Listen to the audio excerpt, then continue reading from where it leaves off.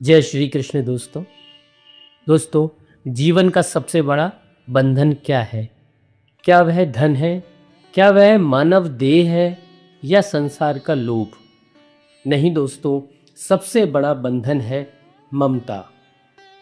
ममता मतलब ये मेरा है, ये मेरे बिना नहीं चलेगा, ये मेरे हाथ से छूट गया तो मैं खत्म हो जाऊंगा। यही ममता मनुष्य को बार बार जन्म मरण में बांधती है। लेकिन प्रश्न यह उठता है कि ममता कटती कैसे है? एक गांव में एक अत्यंत ज्ञानी संत रहते थे। जीवन भर भजन, सेवा, ध्यान और भीतर से ऐसा निर्मल हृदय कि लोग कहते थे कि ये संत नहीं, चलता फिरता तीर्थ है। पर एक ही बंधन था, उनकी माँ।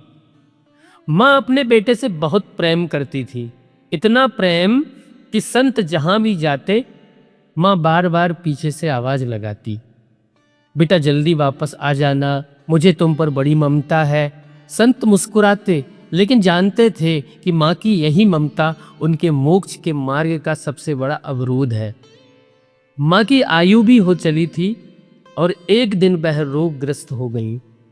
संत ने अत्यंत सेवा की, रात रात भर बैठे रहे। एक दिन माँ ने कहा, बेटा मैंने जीवन भर मंदिर नहीं देखा, पर तुम्हारे प्रति मेरा प्रेम ही मेरे लिए भगवान है। संत के मन में करुणा उमड़ पड़ी, लेकिन भीतर एक प्रश्न, क्या है ममता माँ को जन्म मरण से मुक्त कर देगी? समय बीता और वह क्षण भी आया। माँ की अंतिम सांसें चल रही थीं। माँ ने संत से कहा, बेटा मेरे बाद तुम कौन सा कर्म करोगे? मेरे लिए रोगे या नहीं? संत की आंखें भर आई, पर मन में भगवान को स्मरण किया। उन्होंने माँ का हाथ पकड़ा और बोले, माँ मैं रोने नहीं आया, मैं तुम्हें मार्ग दिखाने आया हूं। माँ ने आश्चर्य से देखा, कौन सा मार्ग बेटा? संत ने धीरे से कहा कि ममता का तागा जितना मजबूत होता है, मृत्यु के समय उतना ही गला घोंटता है। माँ अभी इसे छोड़ दो, मुझे भी छोड़ दो, खुद को भी छोड़ दो, केवल भगवान को पकड़ लो। माँ की आंखों से आंसू बहने लगे। उन्होंने कांपते स्वर में पूछा, क्या तुम मुझसे दूर हो जाओगे? संत बोले, दूर? मैं तो तुम्हारे भीतर ही हूं माँ, पर पुत्र रूप में नहीं, बस ईश्वर के अंश के रूप में। जो सबको एक करता है, पुत्र का प्रेम बांधता है, परमात्मा का प्रेम मुक्त करता है। ये सुनते ही माँ का अंतर्मन पिघल गया। उन्होंने आंखें बंद की और कहा, तो बेटा आज मैं तुम्हें छोड़ती नहीं, तुम्हारे भीतर के प्रभु को पकड़ लेती हूं। और कुछ ही क्षणों में शांति से प्राण त्याग दिए। चेहरे पर दिव्य मुस्कान, ऐसी कि जैसे 100 वर्षों का बोझ उतर गया हो। संत बोले, आज समझ में आया, ममता काटने का एक ही उपाय है, अपनापन को अर्पण में बदल दो। मेरा बेटा, मेरी माँ, मेरा धन, मेरा घर, ये सब नहीं, सब प्रभु का है। संत ने कहा, ममता तब तक नहीं कटती जब तक मेरा शब्द जीवित है। जिस दिन सब तेरा हो गया, उसी दिन ममता टूट गई और प्रेम मुक्त हो गया। दोस्तों, ममता कटती नहीं, ममता को भगवान के चरणों में अर्पित करना पड़ता है। जो अर्पण हो गया वही मुक्त हो गया। मां कुंती ने बड़ी भावपूर्ण स्तुति भगवान श्री कृष्ण की। ज्ञान, वैराग्य और भक्ति तीनों का ऐसा सुंदर समन्वय उनकी वाणी में है कि लगता है कि जैसे जीवन के हर दुख ने उन्हें तपा तपा कर पूर्ण बना दिया है।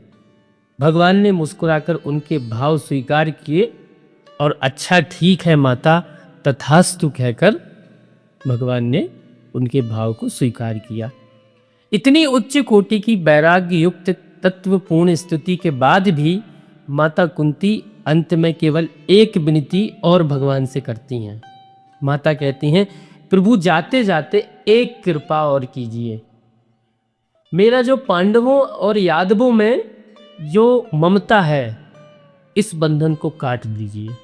कि कुंती जैसी तपस्विनी जिसने जीवन में असंख्य विपत्तियां झेली, जिसके जीवन में कठिनाइयां ही कठिनाइयां रहीं, पर जिसने हर परिस्थिति में धर्म को पकड़ा, वह माता कह रही हैं कि ज्ञान है, वैराग्य है, भक्ति भी है, फिर भी इस ममता का बंधन मैं स्वयं नहीं काट सकती। हे प्रभु, आपकी कृपा ही इसे काट सकती है, क्योंकि जीवन बंधा हुआ है और भगवान स्वतंत्र है। शास्त्र कहता है, परवश जीव सोवस भगवंता। जीव परतंत्र है और भगवान स्वाधीन है। बंधा हुआ जीव किसी का बंधन नहीं काट सकता। बंधन खोलेगा वही जो स्वतंत्र है, और स्वतंत्र कौन है? केवल भगवान। इसीलिए कुंती माता केवल यही कहती हैं कि मेरी ओर कृपा दृष्टि डालिए भगवान। इसलिए संत एक स्वर में कहते आए हैं कि सब तज भजिए नंद कुमार।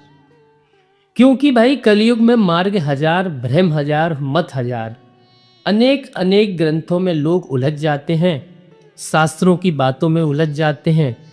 पर एक बात ध्यान रखिए, भगवान का मतलब सिर्फ एक है। भगवान का मतलब है सिर्फ श्री कृष्ण। शास्त्र चेतावनी भी देता है कि शब्द जालम महारण्यम, कभी कभी ग्रंथों का जंगल भी मन को उलझा देता है। इसलिए भागवत का प्रागट्य हुआ जीव को एक ही लक्ष्य देने के लिए। क्या लक्ष्य? श्री कृष्ण। कृष्ण को छोड़कर कहीं और भटकना ऐसा है जैसे गंगा के किनारे खड़े होकर गंगा जल छोड़कर कुआं खोदना। यहाँ पर माता के भाव को स्वीकार करके भगवान जाने लगते हैं और अब मार्ग रोकते हैं महाराज युधिष्ठिर। उनके मन में युद्ध का क्लेश है। धर्म के लिए युद्ध किया, पर कोमल हृदय होने के कारण दूसरों के दुख का बोध उन्हें बेचैन कर रहा है।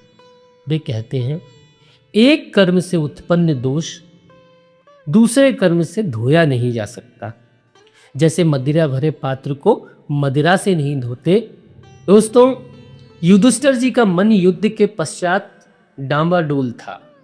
वह धर्मात्मा राजा जिसने कभी एक पत्ता भी बिना कारण नहीं तोड़ा, उसके कारण लाखों लोग युद्ध में मारे गए, इस भाव ने उसे भीतर तक तोड़ दिया। उनका मन कह रहा था, मैं पाप का भागी हूं, मैंने क्या कर दिया? क्या यह धर्म था? सभी ऋषि मुनि समझा रहे हैं, व्यास जी, नारद जी, धौम्य जी और स्वयं भगवान कृष्ण समझा रहे हैं।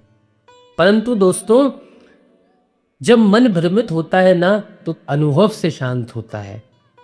किसी की कही बात नहीं, किसी महापुरुष की परिस्थिति मन को सांत्वना देती है।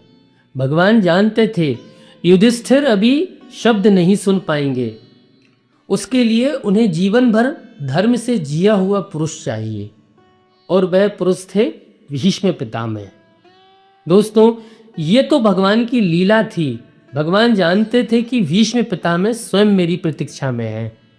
वह तीरों के बिस्तर पर पड़े हैं, शरीर में 100 घाव, एक एक सांस भीषण पीड़ा में, पर देह त्याग नहीं कर रहे। क्यों? क्योंकि वह जानते हैं जिसका मैं जीवन भर दास रहा, जिसे मैंने जीवन भर मन ही मन पूजा, वह आज अपने छोटे छोटे पांडवों के साथ मेरे पास आने वाला है। उसके दर्शन किए बिना मैं कैसे जाऊं? इसीलिए कहा गया है कि भगवान भक्त की प्रतीक्षा व्यर्थ नहीं जाने देते। भक्त की एक एक सांस पर, एक एक आंसू पर भगवान का ध्यान रहता है। अब सब चले भीष्म पितामह के पास। कृष्ण चल रहे हैं, साथ में युधिष्ठिर, अर्जुन, भीम, नकुल, सहदेव, अनेक ऋषि, व्यास, नारद, पाराशर, वशिष्ठ, परशुराम। वहां तक का मार्ग, वह दृश्य इतना अद्भुत है कि देवताओं ने उस समय आकाश में पुष्प वर्षा की। क्यों? क्योंकि आज भगवान स्वयं भक्त के अंतिम समय में चल के जा रहे हैं। दोस्तों, कथा निरंतर जारी रहेगी। आज की कथा को यहीं विराम देते हैं।